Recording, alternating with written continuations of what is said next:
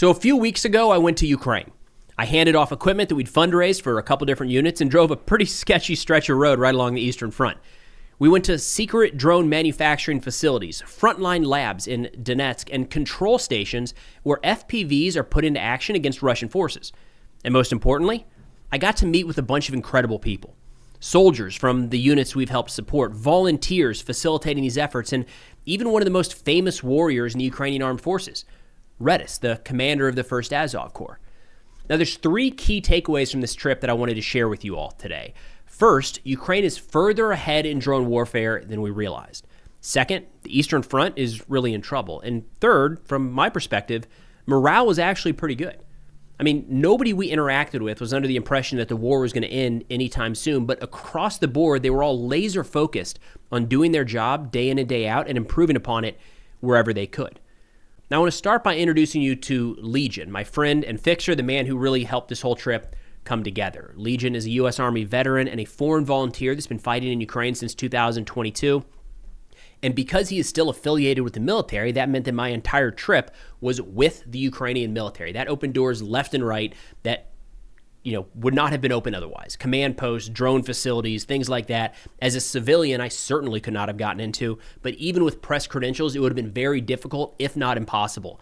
But because I was with the military, those doors were open. And of course, Legion has incredible contacts across the country. I also want to add that this trip was not sponsored. Before, during, or after, no sponsors involved in any way, shape, or form. It was personally funded across the board, with the exception of when we were in country and Legion, just being a nice guy, kept buying meals. And any chance he got, he would personally pay for things. That's between me and him. I feel like he's not going to take payment. We'll see. But no actual sponsors when it came to this trip. There's not a ton of content. I'm going to share as much as I can in this video, but there were not a ton of pictures and videos just for operational security reasons, or OPSEC. Every single place that we spent a lot of time would make for a viable Russian target. We're talking about drone factories, command posts, drone positions, and so on. So, at times we got some, it's not a lot, but I'm going to share whatever I can here. Now, I want to start out with the travel, because this was a lot to bite off. I'll share Google Maps on the screen here to give you an idea of what this trip looked like, and then we'll pretty quickly jump into our time out east with some of these soldiers. But I started out of Nashville on December 27th, arrived in Kyiv midday on the 29th, so roughly 40 hours to get from Nashville, Tennessee to Kyiv. We flew into Warsaw here. My flight was late, so this is where I was going to meet up with Legion. Flight was late, so we had to hop a car, drive over to Helm right along the border, still inside of Poland, and then a train kind of overnight, kind of just early morning into Kyiv here in the middle of the screen. Tell you what, you don't realize how big this country is. Like, you can look at a map all day, but my God, we spent so much time driving from one location to the next. So got to Kyiv midday, and then the focus right out the gate was just grabbing our stuff, kind of downgrading, going from big bags. I had a suitcase, and downsizing that to just an assault pack size, like a 3-day pack for our trip out east. We knew we'd be pretty light throughout that travel. We quickly met up with Yuri from Ukraine Aid Operations, who, thank you, Yuri, for being so flexible across the board. Man, we were late. Every time we went to meet up with Yuri, we were later than we said we were going to be, and Yuri was so patient and accommodating. But we got to see the Ukraine Aid Operations facility there, picked up a couple drones that we were delivering to the 3rd Assault Brigade out in Izium. We were going to be driving through. We had just wrapped up a fundraiser, so we took the drones to them. And then we headed out east to Kharkiv, which was a 7-hour drive. Again, pulling up the map here. Kharkiv heading out east from Kyiv. So we've got Kyiv here in the middle of the screen. Jumped in Legion's car, which another big benefit here, an SUV, electronic warfare jammers, all that stuff registered with the military. So we were in a military vehicle the entire time. It's not what, in the U.S. we think of as a military vehicle, as an SUV, but in Ukraine, a lot of those vehicles are registered as military vehicles. That meant that we could go into a lot of areas that civilian cars would have been stopped, right? So checkpoints were a lot easier. Strangely, military vehicles have the right of way throughout the entire country. I guess that's not strange because they're at war. So like police cars have to get off if you're coming by. You can go however fast you want. Speed limits don't apply. Stoplights and stop signs are optional for military vehicles. I guess proceed at your own risk, but that took a little getting used to. Either way, linked up with some guys and headed out east from Kyiv, 7-hour drive to Kharkiv. And this is the area we spent that first night in Ukraine. Kharkiv, relatively close to the Russian border. Now, we got in late after curfew, found a hotel, second try, found a hotel that was open, and pretty quickly racked out. Now, that night, there were air raid sirens across the board, just kind of fortunate. No area I was in during this trip got hit very hard with drone or missile attacks. Just luck of the draw. Great, though. I mean, the plan was not to see what it's like to experience a ballistic missile attack. That wasn't a goal of this trip, but just fortunately, none of the areas got hit. Fortunately for me, none of the areas really got hit as we were moving through them. So Kharkiv, that first night, air raid sirens did go off, woke me up because never really slept through that before. Sounded just like an alarm, but I looked over, and for better or for worse, I was with soldiers the entire time. They looked up and rolled over and went back to sleep. So I don't know, I guess that's what we're doing now. I mean, we were on the second floor of a hotel, so relatively low, and I gave them a hard time in the morning, but we woke up and there were two beds. There was a twin bed near the window and a king-size bed in the middle of the room. Two guys shared the king bed, and they were like, hey, we'll be nice. This is what they told me. They were trying to be nice hosts and let me have the individual bed, but that was also the bed next to the window in a city that is getting hit by drones and missiles every single night. So I don't know. You tell me. Were they being nice? Or was I supposed to absorb the blast? No, I'm just kidding. So anyways, first night in Kharkiv, uneventful. The siren went off, but drones were flying by. They were not targeting the city that night, fortunately.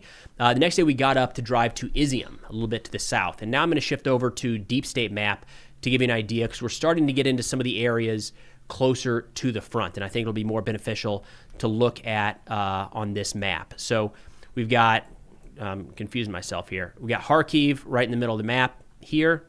We drove down the next day to Izium right here. So it was interesting because we're driving through a bunch of areas that were previously under Russian control and liberated by Ukraine over the course of this war, and got into Izium later that day. And this is where we really start to see kind of the first theme of this trip.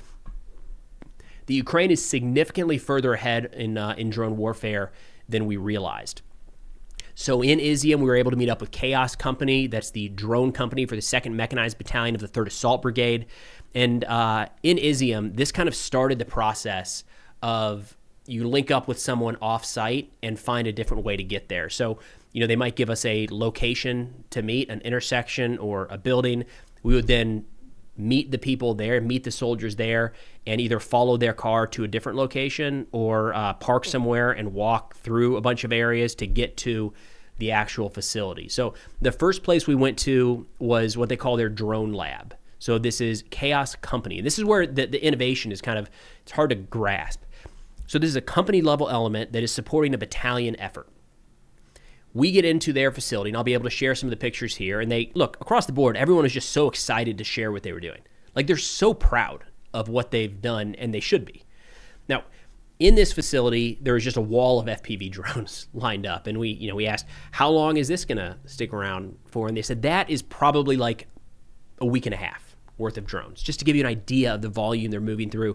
3D printers everywhere. And this is something, I've talked about this a couple times since coming back, but something that I think we need to really focus on here in the U.S. military is, instead of looking at 3D printers of, they're probably not going to be useful for most things, switch that around and think, how can we incorporate 3D printers in as many ways as possible? Because they are using them so much, and it is so helpful.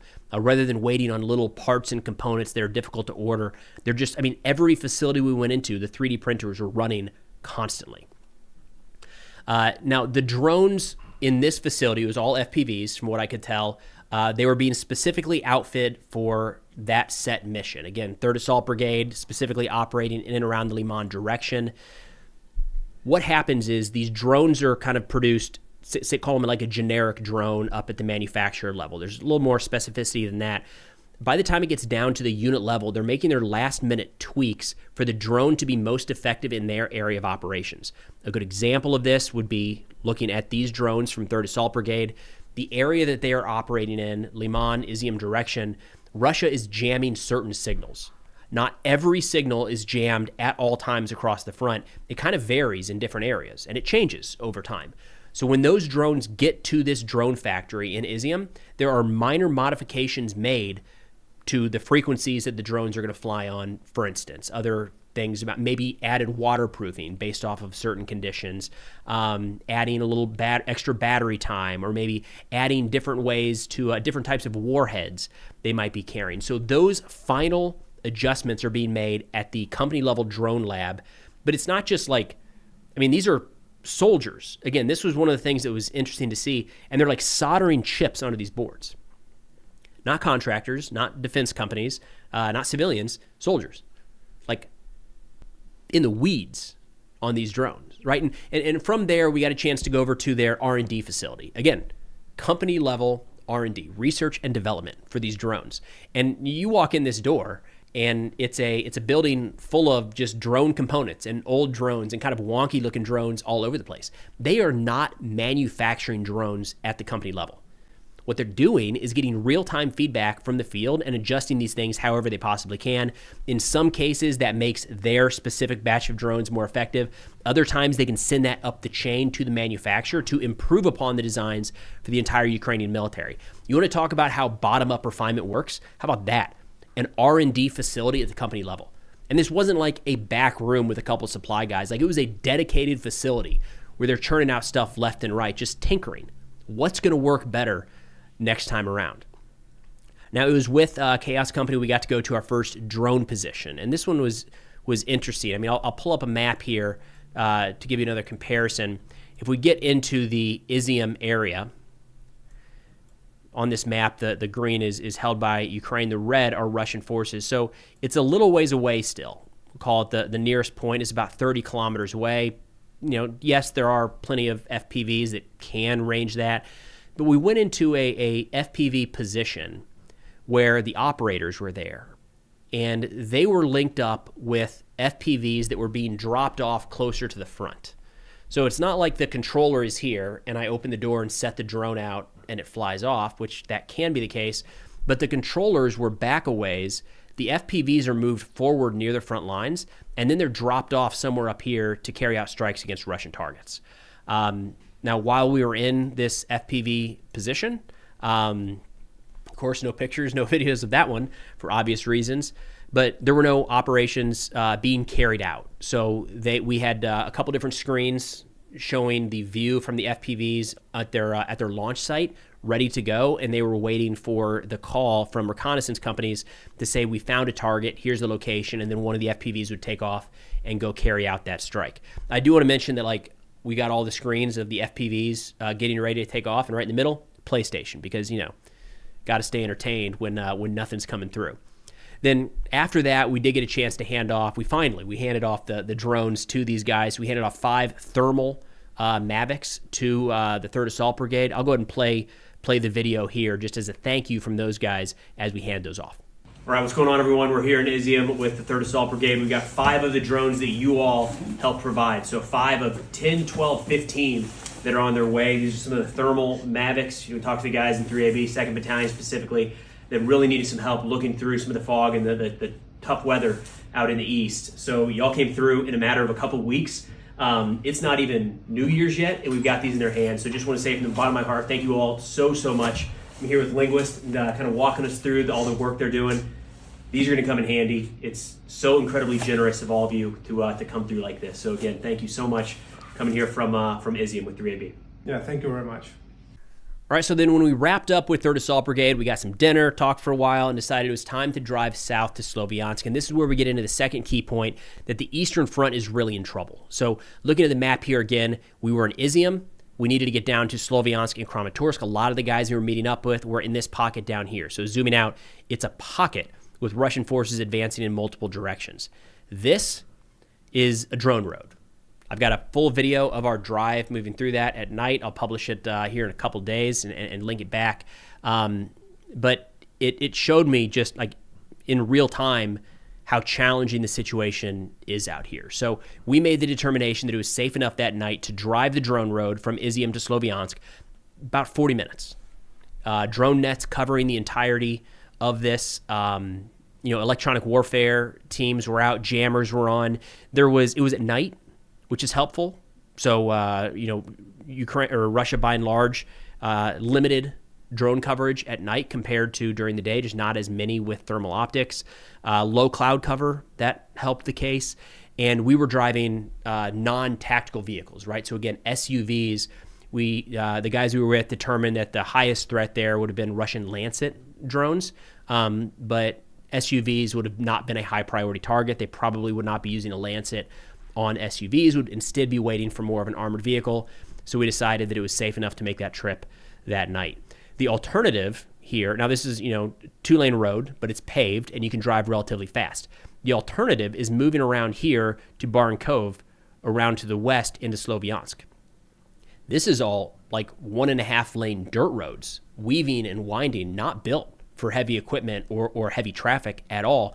This is the only way right now from the north to keep these areas resupplied. Talk about the challenges. And the issue here is as Russia continues to move in from the east, they don't need to sever this line. They don't need to physically put troops on this road. They're already, what are we looking at here? At its closest, 20 kilometers from that road. FPVs are hitting that road already. It's going to change. It's going to start altering very fast who takes that route to and from Sloviansk. We interacted with some soldiers that said they don't drive that anymore. Now you think about trying to get equipment, say water, to forces out here in the east, or food coming in on 18-wheelers or flatbeds, things like that. There's certain areas that they'll be able to get to relatively easy, 3, 4, 5-lane roads, big interstates moving in some of these directions. But once you get down into Izium, all of a sudden, not very many of those commercial vehicles are going to keep driving if every other truck is getting hit by an FPV. So all of a sudden, keeping anybody resupplied in Sloviansk and Kramatorsk becomes that much more challenging. Now, we did also drive these routes to the west, and the roads there were awful. So bad. So the supply situation down here is no joke. Now, we did get into Sloviansk that night. We spent the next couple days in this pocket here. So we got into Sloviansk. We linked up with some medics there. I stayed at their place that night. As soon as we pulled up, unfortunately, got out of the car, turned the cars off, and there were a couple cars side by side, turned the car off, and with the engine down, you could hear a buzzing overhead, which isn't, it's not good. Never really want that happening. So they had us scatter, get out of the vehicles. Everybody kind of ran in different directions to take cover. And shortly after that, the Shahed that was loitering overhead was intercepted. There was another drone that night, about the same time. They came in together. Another Shahed impacted on the other side of town. We gave it a little bit of time and then decided to stay in that house, that safe house, for the night, but took nothing inside. So it was a matter of needing to get out of there quickly. The concern was if that drone was watching and did see a couple of vehicles pulled up to that house, it might be a target for the next drone coming in. So trucks were pulled up right next to the door to be able to leave quickly. Didn't take anything inside to sleep.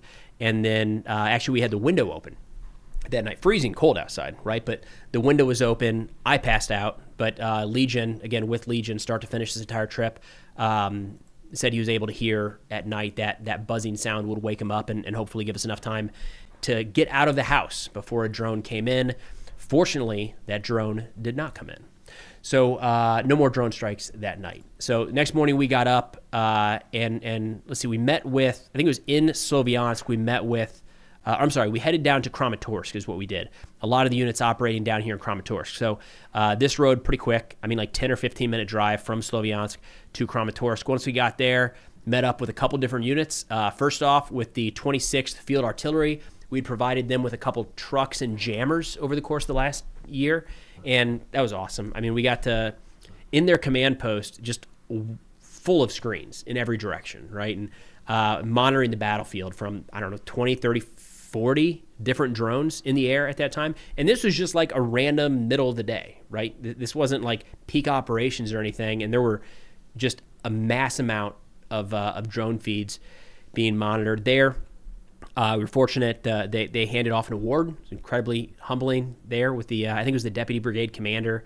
Got a couple pictures with those guys and then moved on. So we, the challenge here is we just didn't have a lot of time and we wanted to meet and spend so much time with everybody and it felt like start to finish everything got cut short. But that's on me for planning about a 10-day trip. So we then headed over to meet up with the 93rd Mechanized Brigade and take a look at their UGV, or Unmanned Ground Vehicle Lab. This is the group that's leading the charge when it comes to UGVs in Ukraine. I would say between the 93rd and there's a unit in the 3rd Assault Brigade. Those two are kind of like the bleeding edge of UGVs. And we actually had the chief engineer from the 93rd on the channel a few months ago. And of course, that's who we met with when we got there. And I should say this, with 3rd Assault, we met with Linguist. Linguist is the guy that we'd interviewed on the channel before, talking about their drones being used in that organization. So that was one of the really cool things here, is actually getting to meet the guys in person that we've talked with before. But met up with 93rd, went out to their drone labs. An interesting difference here is in the FPV factory, it was very much like electrical engineers, coders, programmers, kind of that vibe. And, you can carry a stack of 10, 15 FPVs up the stairs and just go into the second floor of the building. Or it's not that hard. UGVs are like small tractors, all right? You're not carrying these things anywhere. And the guys working on the unmanned ground vehicles looked like they'd been turning wrenches their whole lives. These guys look like mechanics, and they probably were. Mechanics a couple of years ago, they came to the military, and now they're doing the same thing, but instead of fixing cars, they're fixing unmanned ground vehicles. But we went into these different garages, which were wild, man. Like a bunch of these scattered throughout, and they had everything there. Recovery vehicles, so like UGVs that are recovering other UGVs. Cargo, of course, we've seen those used pretty heavily. Got some new footage, actually, I'll share with you guys from 3rd Assault of these UGVs being used. There were some for bridging, like laying over a trench line was kind of the extent. So it wouldn't be designed to go over a stream or anything that long, but call it, 8-foot long bridging equipment on or about. So it could, if it came across a trench line, it could bridge that trench line and continue on with its mission. And then there were a couple with jammers attached, which I thought was pretty interesting. So they'd send these UGVs out forward to jam drone signals, or maybe that could accompany, one being used for medevac, something like that.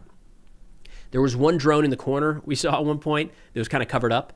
We said, "Hey, what's going on with this one?" And he said, "That's the American one. It's shit." And the kind of takeaway there, or as he was explaining it, is he said, "Look, American drones equipment are just significantly more expensive. They're very, very expensive. Replacement parts are essentially impossible to get because they're so expensive." On top of that, he said the drone wasn't doing what it was needed to do. So rather than put something out there that's going to break down and you can't use it at all, they were just kind of stripping it down for parts. He said it just doesn't work. I mean, one of the little things we learned while we were there was they said the mud flaps on tracked vehicles makes sense. We have that in the U.S. They said the mud is so thick in Ukraine that these UGVs, it was clogging the tracks and they couldn't be used. So, little things like that where the drones have to be specifically manufactured for their operating environment. On top of that, when you put a lot of these drones side by side, they look very similar. Like the model, everything is kind of matches, even unit to unit. But when you get up close, they're using scrap metal at times to piece this stuff together. I mean, one of these, we'll put it up on the screen here, they use the components from a 155 millimeter howitzer shell crate. It was just the right size metal, so they layered it there on top. So interesting stuff like that, but there's a lot of different stuff they were working on in terms of the capabilities. Of course, we had some with machine guns, the majority of which were more focused on cargo. We then got to go to a UGV position, so an operating position, and this one was unique because for all of the different ways we see UGVs being utilized, most of it is medevac or cargo or maybe assault. In this case, it was recon. So we went up to the operator's location, and which is, again, a ways back from where the drone actually is. But they had pushed this drone forward in kind of the gray zone, and were just watching a certain corridor for Russian troop movement. For whatever reason, maybe drones couldn't fly there, or it was inaccessible, but whatever it might be, in that particular location, driving some thermal cameras forward, parking it, and overwatching an area was how they were conducting recon. I thought that was interesting because for the most part, we've kind of just assumed that is all being done with aerial drones. But there's still a place for the ground drones to carry out that mission set. All right, from there, we linked up with a couple of the guys from the Azov International Battalion, Legion, Uno, Keswick, Django, and Knight. And we got to talk with these guys about a recent operation they had just carried out in the Dobropilia direction, where they captured a lot of Russians. In fact, there's a new YouTube video they just put out a couple days ago showing the number of, kind of talking through that. It was wild. But we talked to these guys, and there was some pretty interesting details I wanted to share. The first was in that sector where there was a little bit of a breakthrough a few months ago. He said some of the Russians that they ran across had been there for 4 months. And the way well, let me pull the map up here real quick again, just to kind of orient you to the area we're talking about. So down here a little further south, this Dobropilia pocket here. So what had happened in August is Russian forces broke through and kind of ended up in some of these areas, but were pretty quickly cut off and surrounded. They couldn't move back and forth. So what they said was happening is a lot of these guys were being resupplied with FPV drones. Like instead of a munition being attached, it would be water or batteries or ammunition or cold weather gear. And the Russians were essentially flying one-way drones in to resupply their guys. Now, Ukraine, you could do that, but essentially Ukraine is generally using like quadcopters and things to drop supplies and then reuse that drone over and over again. The fact that Russia was using FPVs for resupply shows you how many of those they have. Now, being there 4 months meant that these guys were able to really dig in. All right, they had been there for a while. They knew the location. They dug into defensive positions. Uno was talking about how some of these locations they had. So you've got the first floor. Then a lot of them you have a cellar or a basement. And he said in a lot of the locations they were tunneling from one basement to another, kind of like connecting these buildings underground. And in almost all of them, they would at the very least dig down. So if there's a grenade thrown in the basement, they're not just out there in the open, but they can take cover in like a trench inside of the basement. So you can imagine how complicated that clearance would be. And one new tactic they talked about during this clearance was something called assault drones. And what they were doing was it was a small drone being used with the assault element. So a lot of times drones are operated back from the stack, let's say. You've got a squad of guys, 5 to 10 guys moving from one building to the next. There's generally not a drone operator in that crew because they're focused on the very immediate threat, right? The drone operator would be a little bit back, maybe relaying information. What they started doing here is they put a small drone in that stack, and the guy would use it for like suppressive fire. So he would fly it near, they'd find out, that, hey, we think there's a Russian in that house. They'd fly it all around the house, maybe through windows and overhead and kind of lounging outside and observing it. And one, maybe they see the Russian. But two, even if they don't, the Russians can hear that drone buzzing and they take cover. So again, it's kind of using the drone to suppress Russian positions. Because who's going to roll the dice? Is that an FPV or is it one of those little assault drones? You really going to poke your head out and find out? The answer is no. So they were flying these right up against Russian positions, forcing them to hide and take cover, and then they would move the infantry forward, and then they'd move the drone away, and as soon as the Russian poked his head out, there's bam, three or four soldiers standing there ready to take them prisoners. So pretty interesting tactic being utilized there. Now, after wrapping up with the International Battalion, we headed west a little bit to link up with the Azov leadership, and that's where we got into some of these roads in this area, and it's just awful. Again, kind of hammering the fact that the East is really in trouble. These are all farm roads. Like, they're not meant for heavy traffic, and they're busier now than they normally would be, and the roads can barely handle it. I mean, we were driving, it was cold, covered in snow and ice, it was at night. There's little to no lighting over the roads, understandably so. Drone nets are starting to stretch out in that direction, but you're talking about, again, like 1.5 lane roads. Multiple times. We're just in an SUV. You would have to pull off the side of the road to allow another vehicle to come in your direction. You cannot supply a front line like that. So that's the challenge. When I talk about the little encroachment happening, especially here between Sloviansk and Izium, technically all of this can still be driven, but it is very much going to slow down the supply. I mean, medical evacuation out, supplies coming in is really getting cramped in this direction. Now, shifting over to the meeting there with Azov, this one was really cool. Again, Legion right now works with, if I have this correct, works with the Corps So you recall last year, Ukraine stood up a couple different core elements. One of them is the 1st National Guard Corps, Azov. So we got to spend some time with those guys. I'm going to share this picture here because it kind of gives you an idea, or just another introduction for folks that we met. In this picture is me, Legion, and then Gerda and Karl, who are kind of some legends in Ukraine, especially within Azov. So both of them were captured in Mariupol, at Azovstal specifically, and spent quite a while in Russian captivity before being released during a prisoner exchange. And when that exchange happened, they just immediately went right back to it. So Gerda is an incredible representative of Ukraine on the international stage. And then Karl, they're married. And then Karl is continuing his work in Azov. So just incredible people there. And this is where I wanted to talk a little bit about the morale aspect. Because everybody that we met with, first off, they were all so excited to show off everything they were doing. And I get it. They should be proud for all of this. But nobody's like counting down, home by Christmas, or this is going to be the year that it ends, or holding out for a peace deal. They're all just laser focused on their job. And I think that's, to a degree, that can be a problem over the long term. I get it. But it's probably the healthiest way to approach this, is just focus on what you can impact, what you can affect day to day, focus on doing that the best way possible. And, that's it.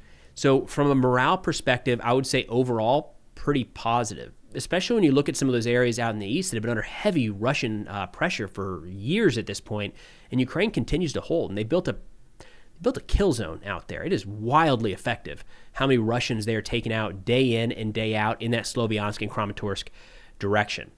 Now, in these meetings with Azov, we got to sit down and chat for a bit with Gandalf, who works in military intelligence. Gandalf also fought at Mariupol. In Azovstal as well, did spend quite a bit of time in Russian captivity, if I remember correctly, 120 days in solitary confinement. Some really impressive kind of takes, or thoughtful takes from Gandalf. Pretty sensitive location when we had the opportunity to meet, of course, so cameras, phones were not there.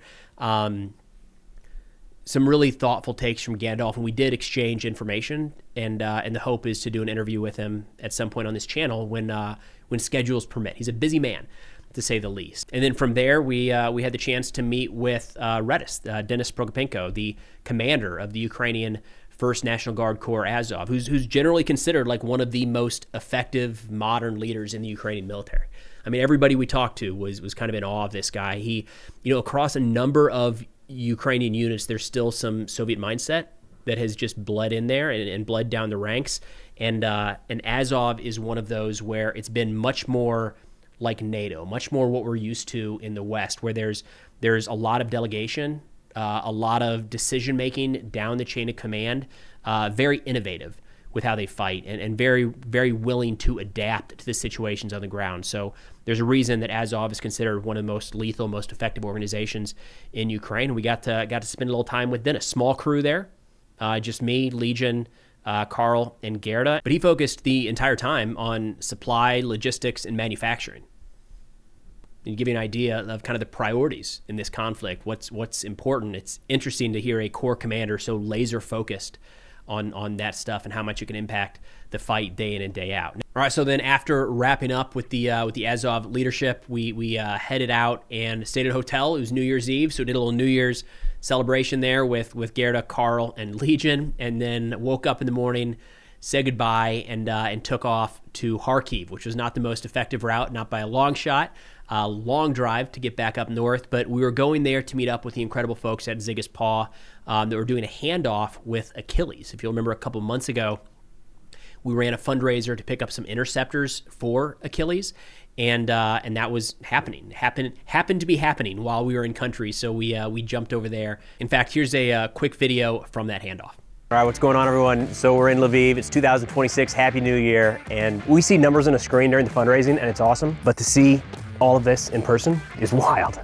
So 120 interceptor drones. You know how much impact that's going to have on the front? Did you realize that, what you guys have done to be able to put this together? So we've got the batteries, we've got the plastic for the 3D printers, we've got cameras, and what's awesome here, it's so humbling to be able to be here for this handoff, because you got the most important two pieces Mortimer of the 429th Achilles representing the soldiers, even with that hat. The people that are actually putting this stuff into use day in and day out and genuinely need it. I mean, that's where this is going. It's going out today. It couldn't get any more important than that. And then, of course, Irina representing not just Dzyga's Paw, but representing all volunteers and all of you that are making this possible. From the bottom of my heart, thank you all so much, and thank you. Thank you, Preston. We always impressed with how much people from abroad are helping us, and it means a lot to us as Ukrainians to receive this aid that is international, especially now when we are over 3 years into this full-scale war. And most of the narratives that comes online is that people don't care, people are not interested in what's going on, like everybody forgot about you. When we see the donations and when we receive the notifications, it truly means a lot. All of the comments people write, and really, it doesn't matter how much you donate. It really doesn't matter. All of the donations add up, and in the end, we have over $116,000 put into this equipment.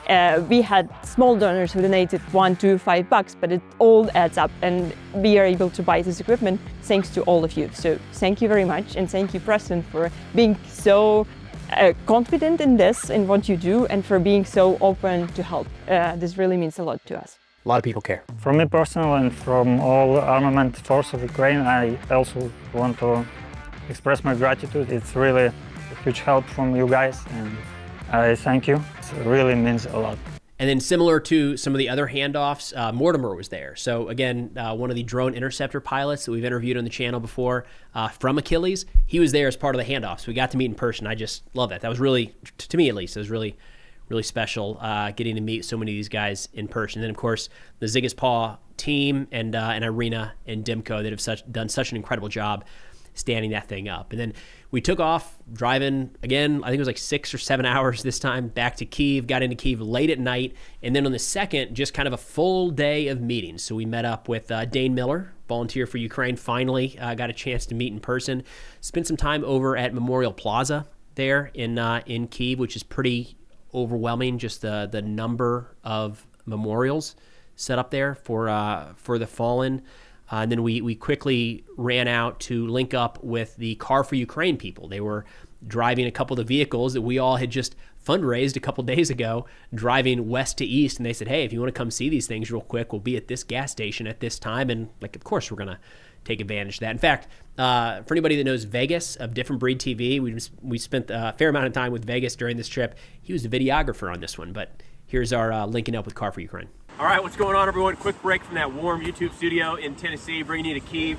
We got Vegas recording back there, expert cameraman. We got 2 trucks I wanted to show you guys that you provided to Azov. Both of these are going to Kramatorsk later today. So just before Christmas, we put together this campaign through Cars for Ukraine. Awesome people, more details on them in a minute. But here we go. We got car number 4. I want to show you something up here. Freezing my ass off, by the way. This country is so cold this time of year. Armored plates. So this isn't just a random vehicle that's being sent out there with a really cool paint job, mind you, but Car for Ukraine, upon unit request, up armors the vehicle. So we've got armor throughout the door and on the window to increase the survivability for the soldiers. That'll take a finger off if you're not too careful. Now come around here, we got the second truck. So again, 2 trucks, these both going to Kramatorsk today. Pull up a map, take a look at Sloviansk, Kramatorsk. You can see how significant of a sector that is, how hot of a sector that is. These guys need the trucks. So all of the donors' names right here. We'll put that up on a couple different platforms. If you're on here, God, from the bottom of my heart, this is so incredible, the generosity. Like 2 or 3 weeks from these guys saying we need trucks to them being delivered at the front, which is incredible. And a quick note on Cars for Ukraine, which is just an awesome organization. In talking to the soldiers these last couple of days, a major issue is that they get these trucks sourced from throughout Europe and they've got problems. So they show up to the soldiers and they finally get the wheels they need, and they've got to put $3,000, $4,000, $5,000, $6,000 into getting the thing repaired, and they don't have the parts out at the front. Not these guys. So it's not just a new paint job. They're redoing everything. You've got new tires under the hood, all new, the up armor, everything. So when this gets to the front, the guys specifically here, Azov, they can put this into the fight that day, and that's because of you all. So again, from the bottom of my heart, thank you so much. All right, so from there, we headed back to link up with the SkyFall team. So SkyFall is one of the top drone manufacturing companies in Ukraine. And this, again, to kind of hammer on how far ahead Ukraine is in drone warfare. So SkyFall are the folks that make the Vampire right? It's the heavy bomber drone, or Baba Yaga. They make the Shrike FPV, and they make the P1 Sun or Pi Sun interceptor. Those are kind of their three main models of drones. And we got a chance to talk with that team in Abu Dhabi at a trip a couple months ago. So in turn, when I got to Kyiv, I sent them a note and said, like, hey, we'd love to come by and maybe meet up somehow. And they opened the doors. We got to see the drone manufacturing facility, which was something else. Holy cow. So the testing, a couple different things that stood out to me here. They're testing drones in water. Like a drone is actually underwater and taking off, and then it lands back in the water. Not like feet and feet of water, but the propellers are covered and they're able to like take. That's seems crazy to me. QR code added to every single piece of equipment. So if the drones get shipped out to a unit and the unit starts to use them and finds out that like, hey, this one crashed 2 minutes after takeoff or whatever it might be, they can scan the QR code from that batch and say, this is the problem, this is what happened, and it goes straight back to Shrike. And because that QR code is there, they can look at when that piece was attached, where it came from, who attached it, what time of day, so on and so forth. So they can identify the problem. Like, was it a bad part? Was it assembled incorrectly? Was there, some foul play, maybe? Somebody in the manufacturing line that didn't put it on like they should, whatever it might be. Very, very detailed manufacturing process. They also have a support line. So if you you're out there, say in Kupiansk, flying some of their drones, and you have a question about attaching this, that, or the other thing, you can just text the team at SkyFall. Here's our batch, here's what we're working with, and you got a team there ready to help walk through and make it operational again. They also did something, again, talking about the bottom-up refinement that we're seeing in Ukraine that I think is so important. The team at SkyFall kind of custom builds these drones for units, for each unit. So there's like a baseline model, and it's not crazy variations in any direction. And I mean, even up close, they all look the exact same, all right? But there's minor modifications because in some areas they might need a little longer range, or in other areas maybe a little heavier payload. Some areas, waterproofing might be important. Other areas, not so much. So every unit has their own little requirements that they're asking of SkyFall that they are able to put together. In turn, then, they consolidate all these lessons learned from across the entire front. So making up units here, but let's say the 47th Mechanized goes to order a batch of FPVs, and they say, yeah, we need something that does A, B, C, and D. The SkyFall team can look in all of their records and say, yeah, we built something just like that for the 104th Territorial Defense Brigade. Here's what it looks like. And if they want to, they could even talk to people from that unit and find out like, oh, yeah, that is actually what we need. The knowledge being shared and consolidated at the manufacturer in this case was pretty impressive. Now, from their facility, we took off, and it was time to go. Had to head out that night, so we got back to the apartment. Not ideal, packing up, trying to get to the train station and realizing that it's after curfew. That doesn't help because we weren't parking there. We were trying to take a taxi there. Not very many taxis want to operate after curfew. Then the air raid sirens started going. There were drones overhead. Even fewer taxis want to drive when that's happening. We did finally get one, and en route to the train station, a Shahed was intercepted relatively close overhead. Again, just weird that is happening, right? To go from that, and then you get to the train station, everything's like normal, just like it's normal life. And there's men, women, children, just trying to go about their day to day. That was one of the craziest things, I think, for me, start to finish, is how there would be these strikes at night, and the next morning, so many people are just trying to go about living their normal life. Like, you can't, because that's not normal, and nobody should have to live through that. But they're trying so hard to be able to kind of, from my perspective, to compartmentalize that and say those strikes, those drones at night, but now it's 2:00 in the afternoon, we're going to the ice rink, or we're going to lunch, or whatever it might be. And I think about the kids a lot in that case of how many parents are trying to just provide a normal upbringing to their kids, and it's impossible to have a normal upbringing in that abnormal type situation. But kind of had to be there for me to fully appreciate that. That was pretty wild. But hopped on the train, successful train ride, no issues there. Back to Poland airport to London, and then back home here to Tennessee. So no issues traveling there, no issues traveling. I mean, little delays getting there, but overall pretty smooth all things considered. Now, I'm going to mess this up, and I'm going to try to thank everybody. The list is too long, and I'm missing. I know I'm missing people, and I looked at this like 6 times and already know that I've missed a few. But thank yous. Thank you to Legion. Legion helped organize this thing start to finish and like kept me safe. The reason I got there and back in one piece is because of Legion. So thank you, sir, for that. Within Azov, a lot of guys we spent time with: Vegas, Uno, Knight, Tips, Django, Reg, Carl, Gerda, Gandalf, Redis, and more. A lot of guys in the 93rd Mechanized. Mike, I forgot to mention Mike earlier. Met up with him in Kyiv. Great guy. 3rd Assault Brigade, Linguist and Doc, spent time with both of those guys. Mortimer in the 429th. Yuri from Ukraine 8 Operations. It was so patient when I was just constantly late showing up to things. The entire Zyga's Paw team, to include, of course, Dimko, Irina, the SkyFall team, the Car for Ukraine team, and then, of course, Dane Miller for Volunteers for Ukraine. For everybody who helped facilitate this start to finish, from the bottom of my heart, thank you all so, so much. I hope that was helpful. I hope that was insightful. I didn't feel very confident trying to consolidate everything into one video, but heck of an experience, and I learned a lot, and I think it will help inform these videos going forward. So more than just this one summary, there's a lot of contacts made and a lot of kind of background information from being there on the ground that should help in some of this stuff moving ahead, and should net benefit everyone, I would think. But that's it. That's all we got for now. Thanks for watching. I'll see y'all next time.